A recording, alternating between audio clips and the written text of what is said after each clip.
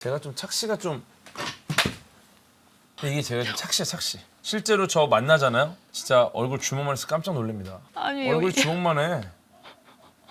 얼굴이 주먹만 하잖아. 나 왜 이렇게 주먹이 작아졌지? 채팅창에 자꾸 궤도 돈 내라 어떻게 섭외한 거냐. 여러분이 모르는 과학의 매력이 있습니다. 정말 과학을 좋아하시는 분, 과학에 진심이신 분, 궤도의 과학 속으로 배우 이지아님 오셨습니다. 안녕하세요. 반갑습니다. 오늘 또 완전히 감사합니다. 공대 누나 스타일로 과학자 네. 룩으로 오셨죠? 모르시는 분은 없으실 겁니다. 하지만 한번 이지아 배우님의 목소리로 소개를 들어보겠습니다. 네, 안녕하세요. 이지아입니다. 얼굴 크기 차이 무엇? 제가 큰 게 아닙니다. 여러분도 여기 계시잖아요. 궤도가 정말 작은 얼굴이구나라는 걸 알 수 있습니다. 그리고 제가 지금 앞에 있긴 해요, 조금. 제가 저도 이제 이지아 배우님이 과학을 좋아하신다라는 건 알고 있었는데 이 정도로 좋아하시는지는 몰랐고요. 호기심이 많다, 되게 똑똑하시다 그런 걸 알고 있었어요. 갑자기 과학을 너무너무 좋아하신다는 이야기를 제가 들어가지고 갑자기 어디서 들으셨어요? 갑자기 우리 권혁수님 전화가 온 거예요. 형, 여기 이지아 배우님 오셨는데 SNL 할 때. SNL. 그래서 제 이야기를 막 하셨다고. 맞아요. 혁수님이랑 같이 촬영을 하는데 제가 그 혁수님이 여기 나왔던 거를 봤거든요. 그래서 내가 딱 잘 봤다고 얘기를 하고 네네네. 내가 워낙 궤도님 팬이라서 과학 속으로 자주 본다 이랬더니 이걸 전달이 된 거죠. 이 사운드가 진짜 안 들렸나요? 안 지금 들려요? 되게 중요한 문장이 지금 나갔는데 못 들으신 것 같아요. 못 들으셨다고요? 네. 제가 너무 궤도님 팬이라서 그러니까 과학 속으로를 자주 챙겨보고 있습니다라고 얘기를 했더니 네. 혁수님이 이렇게 전달을 해주셨나 봐요. 일단은 과학 좋아하시는 걸 알았으니까 한번 인사라도 드려야 된다. 그래서 제가 SNL 가서 등장을 했습니다. 그때 제가 저희 채널 한번 놀러 오시죠. 그랬는데 그래서 이렇게 나오게 됐어요. 그러니까 이 인연으로 이렇게. 야, 이런 날이 옵니다. 나도 과학할 걸. 과학을 하면요, 어릴 때 TV에서 봤던 슈퍼스타를 만날 수가 있어요. 사실은 우리 이지아 배우님 너무 잘 아시겠지만 연기를 정말 잘하는, 그런데 베이스 연주도 하시고 그리고 네, 베이스. 공개되지 않은 그 많은 재능들 중에서 배우라는 직업을 선택하셨다. 왜 배우라는 직업을 선택했을까? 라는 걸 먼저 여쭤보고 싶습니다. 배우라는 직업을 제가 선택했다기보다 배우라는 직업이 저를 선택한 느낌이 아닐까. 자연스럽게 어떻게 하다 보니까 배우가 됐어요. 너무 그 오디션을 이렇게 보게 어. 됐고 또 그게 붙었고 하면서 조금 정신없는 시기를 보내고 나니 정신 차려보니 배우가 돼 있었거든요. 그래서 조금 내가 고른 게 아니라. 좀 운명처럼 만난 것 같아요. 기가 막히네요. 근데 이거 멋있네요. 내가 과학을 고른 게 아니라 과학이 나를 골랐다. 써먹어야 되겠는데. 평소 궤도님 잘생겼다 생각했는데 옆에 점점점. 이지아 배우님 나왔기 때문에 이것이 상대성 이론이다. 원래부터 외계인이나 뭐 이런 공상과학 주제를 좋아하셨던 거죠? 네, 언젠가부터 어렸을 때부터 좋아한 것 같은데 구체적으로 뭐 언제 뭐 계기가 있었다거나 이랬다기보다는 그냥 이제 좋아하고 있더라고요. 그냥. 그러면은 이제 오늘 본격적인 과학 주제로 가볼까요? 영화 인셉션으로 시작합니다. 시작합니다. 궤도님 지금 꿈입니다. 이거 꿈일 수도 있어요. 갑자기 이러다가 딱 눈을 떴는데 그냥 집일 수도 있어요. 이지아 배우님 나오는 꿈 꿨다. 영화 속에서는 인물들이 토템을 통해서 이게 꿈인지 현실인지를 추측합니다. 실제로 꿈 속에서 일어나는 비현실적인 상황을 스스로 인지해 본 적 있으신지? 있어요.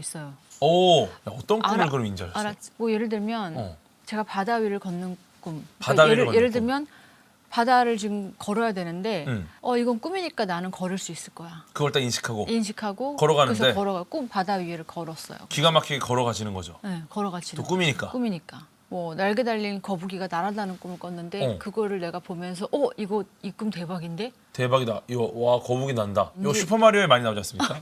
전날 슈퍼마리오 하신 거 아니에요? 아니. 어떻게 보면은 좀 좋은 꿈인지를 인지하시는군요. 네. 꿈 속에서 네. 좀 비현실적인 상황을 경험하잖아요. 근데 이런 비논리적이고 비현실적인 상황을 꿈 속에서는 크게 문제가 없습니다. 뭐 그럴 수 있지. 이게 사실은 뇌의 전두엽 활동이 감소하니까 현실 감각이나 논리적 사고가 약화가 된다. 그래서 비논리적이라는 거를 우리가 알아도 그거를 명확하게 이건 아니야 이러지 않는 거예요. 근데 우리 이지아님은 자각몽을 꾸는 거예요. 자각몽. 내가 꿈을 꾸고 있는 걸 인지한다. 전두엽 활동이 감소하지 않는다는 거죠. 활성화가 돼 있는 거죠. 그럼요. 자는 사이에도 굉장히 꿈속에서도 명확한 논리를 전개하고 의사결정을 확실하게 할 수 있는 그런 상황이 되는 거다. 그래서 재밌는 게 자각몽을 잘 꾸는 사람들이 네. 조기에 문제를 해결하는 능력이 뛰어나다. 아. 라는 이야기가 있어요. 네, 영화에서 꿈속으로 한 단계씩 내려갈 때마다 뇌 활동이 20배씩 빨라진다는 설정이 나옵니다. 인셉션에서. 실제로 현실 시간과 꿈 시간의 차이가 있다고 생각하시는지. 저는 차이가 있다고 생각해 본 적은 없어요. 꿈과 현실이? 네, 왜냐하면 네. 꿈을 꾸는 나는 현실의 시간을 인지하고 있지 않기 때문에 그 극단적인 시간의 확장을 인지하지 못하니까 그 영화니까 극단적인 시간의 그 확장을 인지할 수 있는 거 아닌가 싶고. 영화에서 이제 이걸 좀 극단적으로 만든 거 아닌가. 네, 네. 저는 근데 그게 과학적으로 입증되진 않았다고 알고 있는데. 네, 이거는 과학적으로 입증되지 않았어요. 근데 시간을 인식하는 건 차이는 있을 수 있다. 그죠. 라는 게 또 지금의 상황입니다. 그러니까 꿈속에서 시간이 길게 느껴지는 경우는 있습니다. 근데 이게 영화처럼 극단적으로 막 20배가 빨라지고 그런 것까지는 입증된 내용은 없습니다. 하지만 꿈과 현실에서의 시간을 인식하는 데는 분명히 차이가 존재한다. 우리가 실제로 몸을 움직이면서 생활을 하는 것처럼 꿈을 꾸지만 꿈을 꿀 때는 몸을 움직이는 이 신호 체계가 셧다운이 됩니다. 이거를 실제 움직이는 게 아니라 머릿속에서만 어떤 시각적인 경험을 시뮬레이션만 하는 거예요. 우리도 지금 머릿속으로 막 내가 막 나이가 든다. 갑자기 할아버지가 돼. 막 이러면 막 떠오를 수 있잖아요. 그래서 아마 뇌에서 기억이나 뇌의 활동을 가속화해서 처리하다 보니까 시간을 느끼는 게 좀 꼬이거나 꿈속의 시간이랑 현실의 시간이 좀 다르게 뭐 이런 것들이 있겠죠. 근데 이게 셧다운 된다고 하셨는데 그 막 달려가는 꿈을 꿀 때는 막 이렇게 달려가는 듯한 뭐 포지션을 취하거나 이런 경우가 있잖아요. 그거는 약간은 그럴 수 있죠. 근데 실제로 꿈처럼 달리지는 못하니까. 그 약간 셧다운을 조금 덜 시켰네. 그렇죠. 그럴 수 있죠. 약간 너무 많은 움직임을 하니까 그럼에도 불구하고 조금 일부가 움직인다던가. 그럼 목류병은 어떤 현상이에요? 그러니까 목류병은 가위눌림을 두 가지를 이제 비교하면서 설명한 적이 있어요. 네. 가위눌림은 우리가 잠을 자고 있는 상태에서 뇌만 깼다. 내가 잠을 자고 있으니까 몸이 깨지 않아갖고 네네. 공포감 때문에 여러 가지 환각이나 환청이 나타납니다. 그래서 이거를 아마 좀 가위눌림으로 보는 이야기가 있고, 그런데 이제 목류병은 그 반대로 안 되겠지. 네, 몸은 깨고 뇌는 자고 있다. 뭐 하던 거 해. 명령이 없다. 그러면 이제 주로 화장실 앞으로 가던가 냉장고 앞으로 가던가 어머. 걷기를 가장 많이 했기 때문에 그런 행동을 하는 거죠. 또 인셉션 얘기를 계속 해봐야 되는데 펜로즈 계단이라는 굉장히 독특한 역설적인 구조물이 등장을 합니다. 왜 인간은 이런 시각적 착시를 겪는 것인가? 이거에 대한 이야기를 좀 여쭤보고 싶습니다. 인간은 왜 이런 착시 현상을 겪는 것인가? 펜로즈 계단이 되게 재밌거든요. 로저 펜로즈 박사님이 고안을 한 건데 네, 독특하지 그거를 않습니까? 상대성이라는 데서 영감을 받아서 맞아요. 그 뭐지 불가능한 삼각형인가 그걸 만드셨고 또 불가능한 삼각형은 또 나중에 애셔가 작품에 또 고안을 해서 폭포라는 작품으로 떨어지는 그 낙차가 꽤 커 예. 보이는데도 불구하고 이렇게 보다 보면 같은 층이야. 그게 너무 나는 인간들의 뇌가 너무 멍청한 건가? 뭐지? 이런 식으로 눈치채지 못하는 착각이라는 게 되게 많지 않을까? 아예 인간의 두뇌로는 프로세스가 안 되는 것들. 뭐 예를 들면 우리가 눈으로 볼 수 있는 게 한계가 있잖아요. 색깔도 다 보는 게 아니잖아요. 맞아, 그런 것처럼 우리 두뇌가 눈치채지 못하는 것들. 너무 많을 것 같은 거예요. 예. 그런 것들의 하나가 이제 펜로즈 계단으로 좀 영화상에서 표현을 했고. 그런데 과학자와 예술가가 이렇게 서로 아이디어에서 상호 영향을 주고받는 게 되게 저는 흥미로웠던 것 같아요. 착시가 어떻게 보면 일종의 보이지 않는 부분을 좀 상상하는 거거든요. 그러니까 예를 들어서 실제로 어떤 형태인지를 우리가 정보가 부족하니까 그 부족한 비어있는 부분을 우리의 뇌가 좀 채우는 거죠. 네. 근데 그 채우는 거를 채우는 우리가 아는 방식으로만. 그렇죠. 일반적으로는 또 그렇게 잘 채워야 생존에 좀 유리했었다라고 보는 거죠. 제가 좀 착시가 좀 머리. 맞아. 착시입니다. 실제로는 그렇게 차이가 나지 않고요. 여러분의 뇌가 부족한 정보를 채운 겁니다. 그러니까 부족한 정보를 궤도는 머리가 클 것이다라고 생각을 하신 거죠. 머리가 큰 게 뭐 나쁜 일인가요? 아니죠. 그래서 엄청 이게 지식이 많이 들어가 있으시니까. 근데 하드웨어가 큰 거지, 하드 드라이브가 큰 거지. 요거를 비유하자면 최초의 컴퓨터 애니악이라는 컴퓨터가 네. 한 50평 정도 됩니다. 50평이요? 네. 네, 와. 그게 지금 우리가 갖고 있는 스마트폰보다 성능이 훨씬 떨어지죠. 그러니까 크다고 머리가 좋은 것은 아니다. 아시겠죠? 근데 이게 제가 좀 착시야. 실제로 저 만나잖아요. 진짜 얼굴 주먹만 해서 깜짝 놀랍니다. 아니, 얼굴이 주먹만 해. 얼굴이 주먹만 하잖아. 나 왜 이렇게 주먹이 작아졌지? 주먹이 나 큰데? 이거 봐, 나 얼굴 주먹만 하잖아. 이거 봐. 인셉션의 영화 음악에 대해서 어떻게 생각하는지 궁금합니다. 음악은 또 예. 이제 기가 막히죠. 한스 짐머. 음악이 영화에서 얼마나 중요한 역할을 하는지를 알게 해주시는 분이 아닌가. 반복되는 그 웅장하고 무거운 음악이 그 영화가 지닌 긴장감과 서스펜스를 그냥 한층 더 높여서 네. 장면마다 기대감과 몰입감을 그냥 극대화시키는데 아주 중요한 역할을 한다고 생각합니다. 그리고 이 시간의 흐름과 음악적 연결을 통해서 네. 그 관객들이 꿈과 그 현실 사이의 그 시간 차이를 청각적으로도 체험하게 만드는 그런 효과가 있는 거예요. 시간 차이를 청각적으로. 네, 왜냐하면 그 영화에서 사실 그 굉장히 조금 헷갈릴 수 있는 요소인데 예. 그거를 음악적으로도 굉장히 도움을 줬던 것 같아요. 지금은 아까 있던 곳과 다른 곳이다. 여기는 공간이 바뀌었다는 걸 음악적으로도 표현을. 이게 좀 꿈이 이렇게 하나하나 내려가잖아요. 어떤 닫힌 구조에 닫힌 구조죠, 맞아. 반복적이면서 약간 이거를 음악에 좀 많이 표현을 했다. 네, 저는 그렇게 생각합니다. 음악을 듣는 것만으로도 내가 지금 꿈의 어떤 레벨에 있는가 이걸 알 수 있게. 네, 야, 한스 짐머 대단하네요. 대단하죠. 대단하네요. 저는 재밌는 게 이런 음악적 장치가 약간 그 아인슈타인의 상대성 이론이 좀 느껴지기도 했어요. 우리는 시간의 흐름 이거를 뭘로 보여주느냐? 주로 시각적인 장치로 보여주는데 예를 들어 뭐 영화에서도 뭐 나이가 든다, 뭐 어려진다 이런 시각적으로 보여주잖아요. 네, 근데 이제 이 인셉션에서는 시공간의 변화와 이 속도의 변화 네. 이런 것들을 청각적으로 접근을 했다. 이게 정말 핵심적인 것 같아요. 이거 어떻게 보십니까? 상대성 이론. 상대성 이론이요? 예. 상대성 이론에서 시간은 절대적이지 않고 그리고 또 관찰자의 속도와 중력에 따라 다르게 흐르기 때문에 이 개념이 인셉션에서 꿈속 시간과 현실의 그 차이를 설명하는 데 아주 적절하게 적용이 된 게 아닌가. 영화상에서도 점점 아래층으로 갈수록 좀 시간이 느려지지 않습니까? 네. 요게 그럼 어떻게 보면 상대성 이론에 상대성 이론의 시간 지연의 개념과 비슷하다고. 그렇게 볼 수도 있겠네요. 네. 해석을. 네. 상대성 이론의 시간 지연이라는 건 우리가 이제 어느 정도 이해를 하고 있지만 영화에서 봤을 때는 꿈속으로 내려가는 그 어떤 단계에 따라서 시간이 느려지는 것도 상대성 이론의 어떤 일부 개념을 녹여놓은 거라. 논란 감독만의 해석이 들어간 거라고 볼 수 있겠네요. 그렇죠. 그렇군요. 영화의 유명한 삽입곡 에디트 피아프의 샹송. 아니 발음. 나는 전혀 삽입. 후회하지 않아요. 근데 왜 이 곡을 삽입했을까?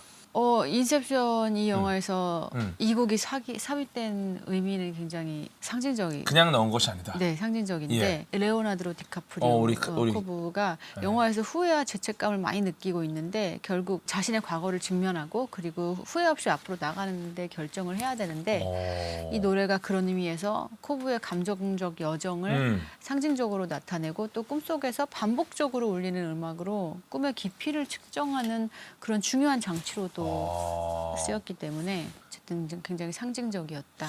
인셉션의 꿈속 세상은 현실처럼 생생한데 사실은 이게 누군가가 설계한 시뮬레이션 세계였다. 네. 그렇다면은 여기서 이제 우리가 알 수 있는 게 우리가 사는 현실도 사실은 매우 정교한 시뮬레이션 그런 거 아니냐? 요거 어떻게 보시는지. 고도로 발전된 어떤 문명이 시뮬레이션을 통해서 가상의 존재를 시뮬레이션할 수 있다. 인셉션에서도 현실과 꿈속의 구분이 안 됩니다. 그러면 이제 우리도 누군가가 설계한 꿈속에 있는 거 아닐까?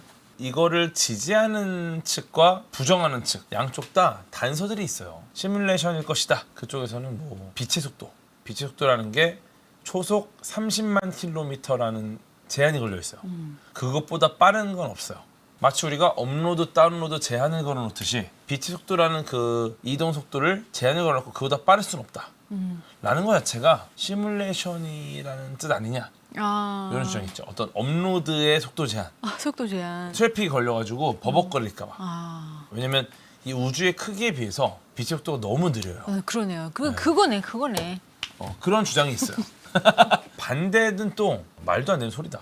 왜냐면은 시뮬레이션 속 세계라고 한다고 해도 네. 게임 캐릭터가 자기가 게임 캐릭터라는 거를 검증할 방법이 없습니다. 그렇기 때문에 검증이 불가능한 과학적인 이야기를 하는 게 의미가 있냐. 그리고 만약에 이 우주가 시뮬레이션이라면 이 엄청난 우주를 전부 시뮬레이션하기 위해서는 너무나도 복잡한 연산과 저장 매체가 필요하다. 아무리 발전해도 불가능하지 않을까? 에너지가 너무 많이 필요하다. 그러네. 이 우주에선 불가능하다라는 근데 그 부분이죠. 불가능하다도 사실 뭐 우리의 관점이잖아요. 몇십 년 전에 양자 컴퓨터의 존재에 대해서 네, 생각이나 해봤을까? 그럴 수 있겠다. 네, 여러 가지 생각이 듭니다 지금. 네.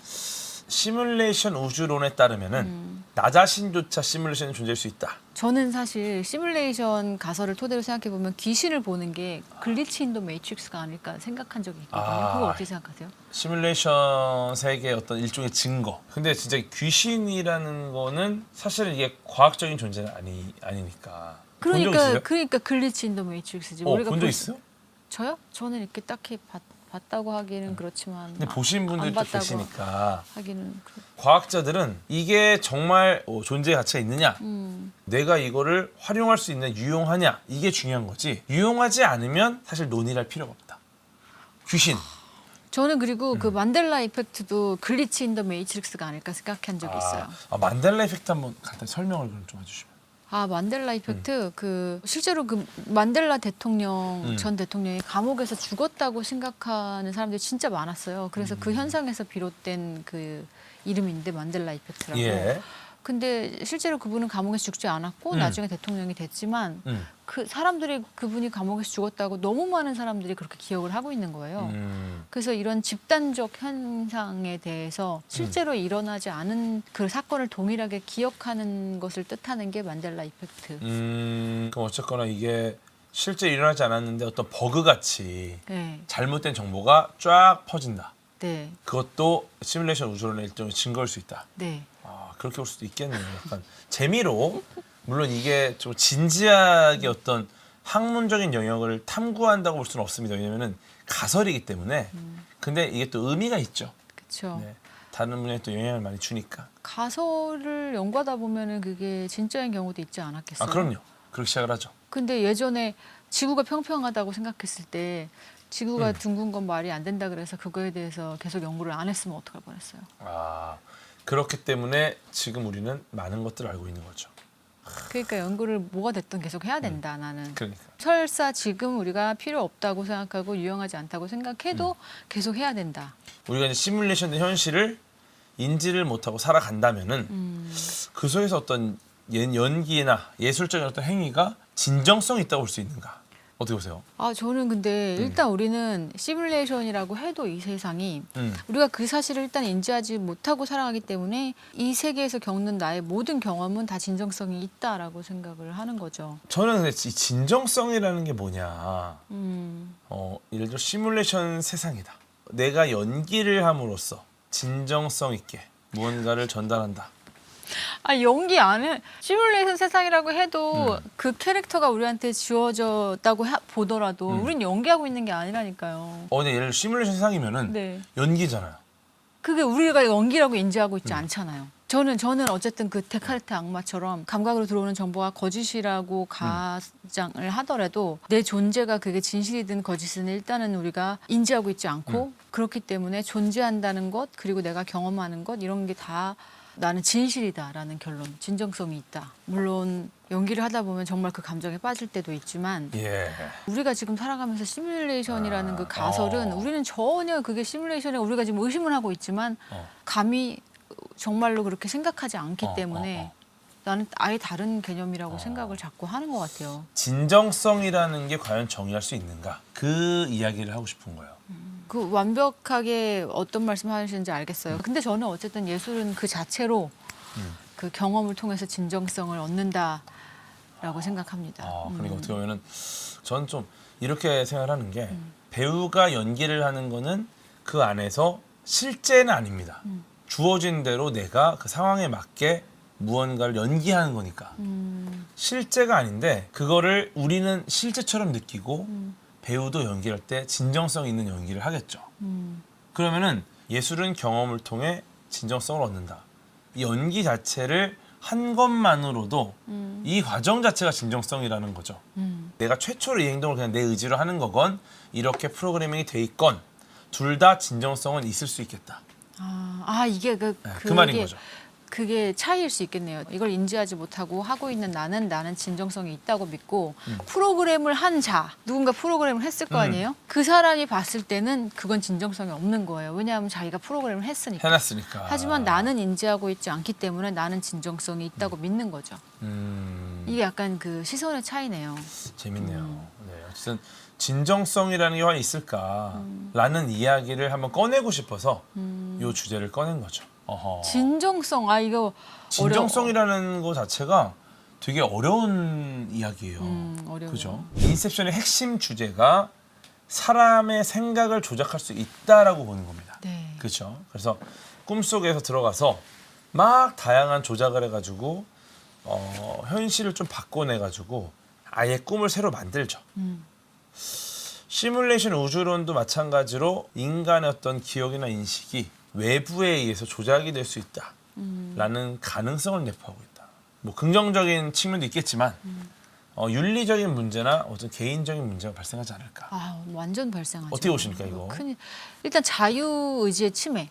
사람의 생각과 기억이 조작된다는 건 그 개인의 자유의지를 침해하는 걸로 볼 수 있잖아요. 개인이 자신만의 생각과 결정을 내릴 수 있는 권리는 인간의 기본적인 권리인데 이 권리가 외부에서 조작되거나 제한되거나 한다면 그 진정한 자아는 사라지는 거죠. 그리고 이게 동의의 문제도 있고. 동의. 네, 조작이 이루어질 때 그 사람의 동의 없이 이루어지면 이거는 명백한 권리 침해잖아요.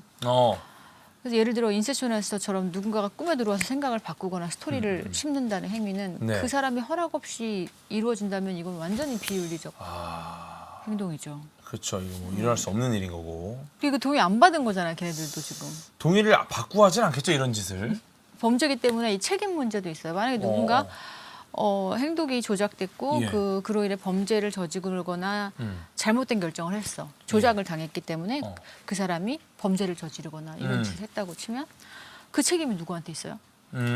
내가 범죄를 저질렀지만 나는 조작당했어. 그러면 조작한 자가 책임을 져야 하지만 그 책임을 그걸 어떻게 규명할지 정말 어려운 문제가 될 수 있어요. 그렇죠. 말씀하신 것처럼 우리가 증거가 없어서 뭔가 고소를 한다던가 그런 어떤 액션이 힘들 것 같기도 하고. 네. 그리고 이런 기술이나 개념이 존재할 경우에는 그 권력을 가진 사람이나 기관이 이를 악용할 가능성이 매우 큽니다. 그래서 특정 집단이나 개인이 다른 사람들의 생각을 조작할 수 있다면 권력 불균형이 더 심해질 거고 또 사회적 불평등이 아주 강화될 거라고 생각하기 때문에 근데 이건 지금 절대 있어서는 안 되는 앞으로 점점 과학이 발전할수록 이런 윤리적 문제들이 결국에는 인간의 자유와 존엄성에 대한 그런 질문을 던지게 되는 것 같아요. 그러니까 어떻게 보면 이게 단순히 과학 이야기뿐만 아니라 어떤 이런 철학적인 관점이 좀 필요한 것 같아요. 네. 오늘 인셉션에 대한 이야기를 시뮬레이션 우주론과 함께 이야기를 나눠봤고요. 네. 오늘 어떠셨습니까?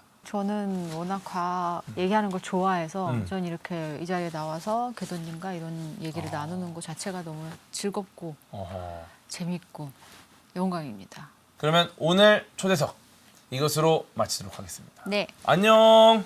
안녕.